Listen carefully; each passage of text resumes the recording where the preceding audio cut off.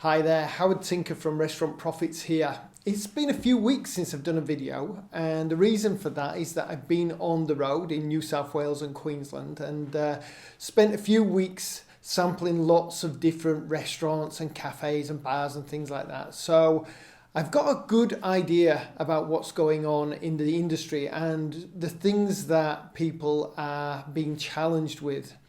One of the things that I noticed was that there is a definite shortage of staff, and I know I'm preaching to the choir here, but what I have learned is that in Queensland they're going to release a grant, I think it's the 1st of July, where they're offering $1,500 to anybody that will go to Queensland from another state and work in the hospitality industry.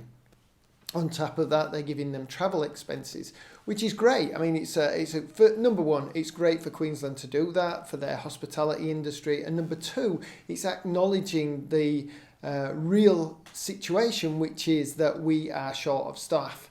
So when we come to look at that situation for everybody else in every other state, if lots of staff move from your state to Queensland to work in hospitality, what's that going to do for you guys? It means it's going to get even worse.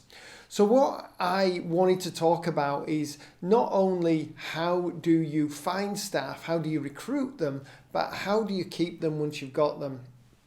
Now, in the past, what we've tended to do in our industry is see staff as just a pair of hands, somebody that will come in and do 3 or 4 hour shift for you and go away, and that's the end of our involvement with them till they're next on deck.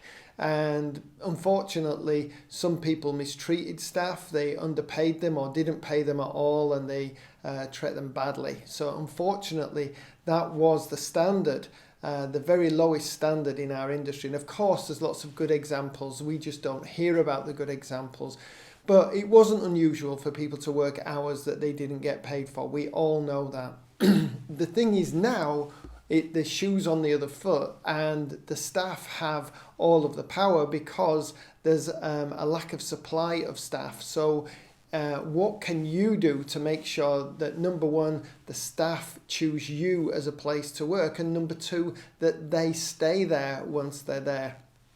And a lot of this comes down to how you think about them. So no longer can you think about them as just a pair of hands. You actually have to think about them as a whole human being. Someone who has their feelings, they have ambitions, they want to feel like they're important, they want to feel like they're making a contribution, they want to feel like they're cared about. And these things have never been high on the agenda of people that own restaurants because they're so busy trying to make money and trying to keep in business that those kind of things are the nice to haves rather than what we have to have, which is we have to have people who can run food to the table, they can take orders, they can be polite, they can do the right thing, they can reset tables fast, they can seat people and so on. So all the practicalities is where we've focused, and the softer skills and the care and attention for that member of staff has never been there. Well, now it really has to be there. So what are some of the things that you should be thinking of? Well, I've talked about some of them, the fact that people want to feel like they belong and that they're cared about and that they've got a future in your business. So how can you do that? Well, one of the things that you can do is actually think about their values and your values and what is really important for them. So for you, it might be that they're accurate, that they're fast, that they're polite, that they're clean. For them, it might be that they are creative, that they can have fun, that they can engage with other people. Now, your values of accuracy and speed and so on are different to theirs, which are that they can be creative and have fun and engage. They're totally different values. You've got a mismatch between those values. So what you've got to do is to actually take a step back and look at how can we make our place the kind of place where people who have those values, which are very valuable. I mean, you want creative people, you want engaging people, you want friendly people in there. How can we attract them, and how can we get the job done in the way we want, our values, and yet take care of them and their values and attract those people and keep those people.